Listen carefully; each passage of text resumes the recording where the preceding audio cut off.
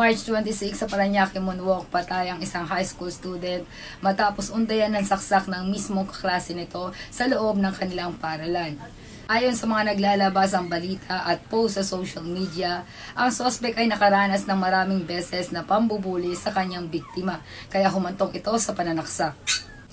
Hello Pilipinas kong mahal, it's me once again, your very own Queen Manilyn, ang pambansang maritim na mapapanood niyo po sa Cayetano in Action with Boy Abunda every Sunday. Kung hindi niyo po na itatanong, laking Parañaque po ako. Diyan sa may multinational, diyan sa may Moonwalk. Nag-aaral ako diyan ng elementarya sa Rodriguez, diyan sa may Moonwalk mismo. At nakakalungkot na mabalitaan na sa panahon ngayon may mga ganyang pangyayari. Pag-uusapan po natin ngayon ang mainit na balita kung saan ang 14 years old na high school student ay namatay sa pananaksak ng kanyang kaklase na di umano'y nakaranas ng pambubuli sa kanya. So ako magsasalita ako as a mother. Opinion ko bilang nanay kasi nitong nagdaang taon, nakaranas din ako ng ganyang problema sa anak kong panganay na lalaki. So, ilang beses niyang naikwento sa akin na mayroong grupo ng kabataan o classmate niya mismo ito na nambuli sa kanya. At hindi yun naging madali para sa anak ko. Kasi mga babae yun eh.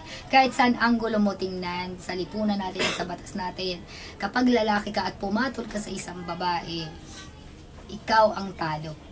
Kahit pa kasalanan ng babae At dun ako nalulungkot. Sa akin, pabor yun kasi babae ako eh. Kaya lang bilang nanay, meron akong 2 anak na lalaki. Bali, nag-open sa akin yung anak kong lalaki na merong grupo ng kababaihan na classmate niya ang nambubuli sa kanya. Pinapahiya siya sa classroom, tapos sa isang apps na may binanggit siyang isang apps na hindi pamilyar sa akin, kung saan talaga dun siya binubuli. Pinapahiya. May mga gabing iniyak niya yung mga ginagawa sa kanya ng mga classmate niya, yung mga pamamahiya sa kanya at pang-insulto sa kanya ng mga classmate niya. Bago siya pumasok sa school, humingi sa akin ng payo yung anak ko. Ang sabi niya sa akin, ma-enlighten mo ako para hindi ko patulan yung mga nambubuli sa akin. Kasi hindi ko na kaya Tinanong ko yung anak ko, ano bang kasalanan mo? Ano bang ginawa mo? Bakit sila ganyan? Bakit kanila pinapahiya? Bakit kanila pinagtatawanan? Ang anak ko, strong person yan. Pero nung marinig ko yun sa anak ko, dun ko naramdaman, doon ko nakita yung weakness, yung depression na dulot ng pambubuli nila sa anak ko. Kaya 5 AM, maaga akong pumunta sa school para abangan yung teacher. Para makausap yung teacher, may open ko sa kanya yung problema ng anak ko sa mga kaklasmate niyang nambubuli sa kanya. At para din makausap yung grupo ng mga kabataan na nambubuli sa mga anak ko. Pero hindi ako pinayagan ng teacher na makausap yung grupo ng mga nambubuli sa anak ko kasi rules daw yon sa school. Ang sabi ko kay teacher, ma'am, kaya ako pumunta dito para ipaalam sa inyo yung problema ng anak ko para maiwasan po na magkapisikalan dahil baka hindi na makapagtimpi ang anak ko sa mga ginagawa nila sa kanya. Hinanap ko pa rin yung grupo ng mga kabataan na nambubuli sa mga anak ko para mismo sana ako ang kumausap sa kanila. Pero kahit ako, inangasan ng mga kabataang yon. Pinaringgan, pinagtawanan, tinaasan ng kilay, at masakit yun bilang nanay. Nakakalungkot na nangyayari ito sa paaralan, kung saan dapat natututo sila ng magandang asal at nagagabayan. Very aggressive sila, parang wala silang kinakatakutan, walang respeto sa matatanda. Sila pa matapang, pinaringgan pa nga ako at pinagtawanan. Kaya hindi mo rin masisisi yung mga nambubuli na natututong lumaban, natututong manakit. Doon ko nakita na hindi lahat ng guro ay kayang kontrolin at disiplinahin ang kanilang mag-aaral. And then kakarating ko lang ng office, nakatanggap ako ng tawag mula sa teacher ng anak ko. Pinababalik ako ng school, pinababalik ako ng Antipolo. So pumasok na ako ng office, sa Makati pa yun, para ipaalam sa akin na nasa hospital yung isa sa nambuli sa anak ko. Dahil nasapak ng anak ko yung ilong nung nambuli sa kanya. At grabe ang lagay nito. Nangyari daw ito sa harap mismo ng teacher nila. Dahil pinag-aayos daw sila ng teacher, pero yung grupo ng kabataan na nambubuli sa anak ko, panay pa rin ang parinig, tawanan, sa harap mismo ng teacher at naririnig yun ng teacher. So, biyahe ako pabalik ng Antipolo para puntahan ng anak ko sa school kasi hinold nila yung anak ko dahil hindi nila pa uuwiin hanggat hindi ako bumabalik ng school. Mangiyak-ngiyak talaga ako kasi hinang-hina yung katawan ko sa pagod, sa biyahe. May mga problema pa akong iniisip, tapos nadagdagan pa. Kasi solo parents ako eh. Sa awa ng Diyos, nakalabas naman agad sa ospital yung nasaktan na disgrasya ng anak ko. Yung nambuli sa kanya. At pinagharap kami doon sa guidance, kasama yung teacher. Laking pasalamat ko lang dahil mabait yung ate nung bata na nambuli sa anak ko. Siyempre nung nakita ko yung nambuli sa anak ko, sa kalagayan niyang yon na nasaktan siya ng anak ko, naawa ko kasi may anak din akong babae. Nakita ko talagang grabe yung tama sa ilong niya. Nung nakita ko siya, hindi ako sigurado, hindi kami sigurado pare-pareho kung may nabali ba. Kasi talagang namaga at tumabingi yung ilong nung biktima. So nagkasundo kami, to cut the long story short, na babayaran ko lahat ng danyos, lahat ng gastusin nila sa pagpapagamot dun sa nambuli sa anak ko. So akala ko okay na kasi nagkapirmahan na kami sa school. Sabi nung ate, hindi na siya magsasampa ng kaso dahil So akala ko okay na kasi nagkapirmahan na kami sa school. Sabi nung ate, hindi na siya magsasampa ng kaso dahil nakita niya rin yung mali ng kapatid niya. Bayaran ko lang yung gastusin sa pagpapagamot sa kapatid niya. Nung gabing yun din, nakatanggap ako ng tawag kay chairman sa barangay na meron daw pumunta sa barangay, hinahanap yung bahay namin, pinagtatanong kung saan kami nakatira, saan ang bahay namin, at gusto akong makaharap regarding doon sa pananakit ng anak ko doon sa nambuli sa kanya. Gabi na kaya hindi pumayag si chairman. Nung gabing yon, nag-post yung nasuntok ng anak ko, yung nambuli sa anak ko, na pinagtatawanan ako sa social media. Na umiiyak ako nung nagharap-harap kami.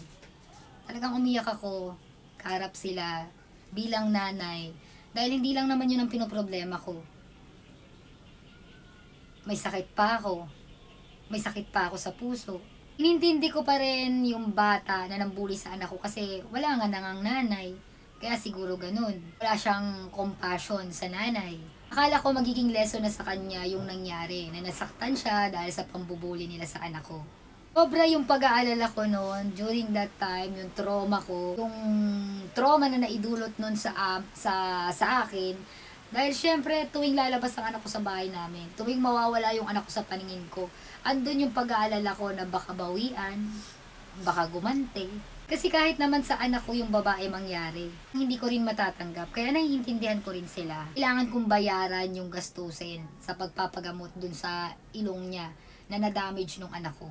Nagharap kami sa barangay, merong mga nakisawsaw na mga relatives. Lahat ng sigaw, pang-iinsulto.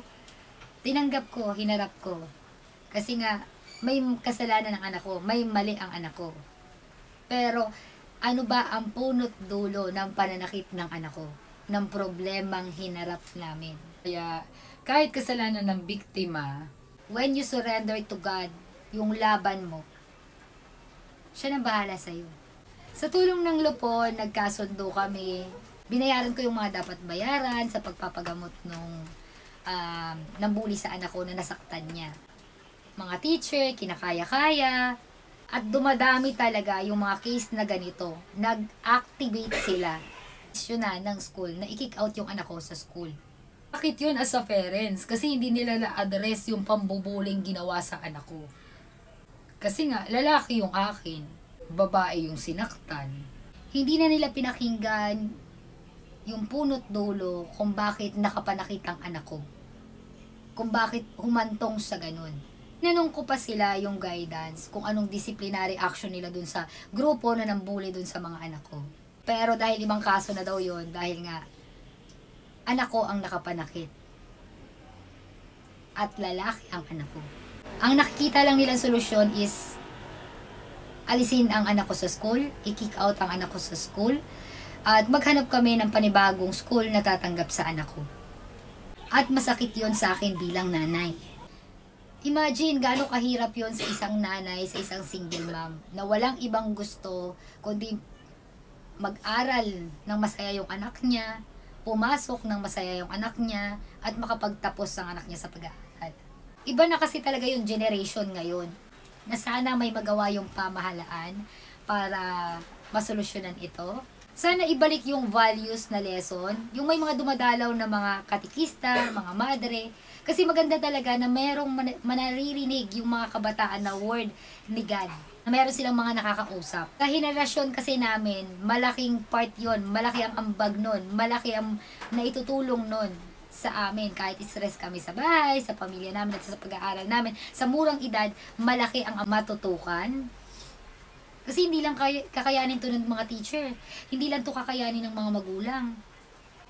Lahat tayo may obligasyon para tutukan ang problemang ito. Dahil pag pinabayaan natin to, problema to ng buong bayan. Mabalik tayo dun sa trending na balita ngayon, kung saan sangkot ang isang bakla o isang LGBT lalaki na napatay niya yung nambuli sa kanya. Hindi ako kumakampi sa sospek. Pero gaya ng anak ko, hindi hahantong sa ganon kung hindi na-trigger o walang pambubuling nangyari. Lahat may hangganan. Lahat may pakiramdam. Lahat nasasaktan. Lahat napapahiya. Lahat may kahihiyan. Hindi aabot sa ganon kung walang pambubuling paulit-ulit na nangyayari. Ako bilang nanay, may trauma ako sa ganyan. Kasi mag-isa lang akong dilipa sa mga anak ko. Mag-isa lang akong kakampi ng mga anak ko, mag-isa lang akong magtatanggol sa mga anak ko, at hindi ko alam kung hanggang kailan o hanggang saan ko kayang ipagtanggol, ipaglaban ng mga anak ko. Sa mga magulang, palagi nyong bigyan ng oras yung mga anak nyo na makausap, kausapin, kamustahin. Alam kong mahirap para sa ibang magulang. Sa panahon kasi ngayon, lahat mainit ang ulo. Pero always try your best as a parents na kamustahin, kausapin nyo yung mga anak nyo. Hanggang sa muli po, ako po ang inyong Queen Manilyn. Kung nakaranas din po kayo at ang inyong anak ng ganitong kaso, i-share nyo po, i-comment nyo po, ikwento nyo po dito sa ating comment section. Hanggang sa susunod na kwentuhan nating mga nanay, huwag kalimutang mag-share at mag-subscribe. Maraming salamat po sa panonood at pakikitambay.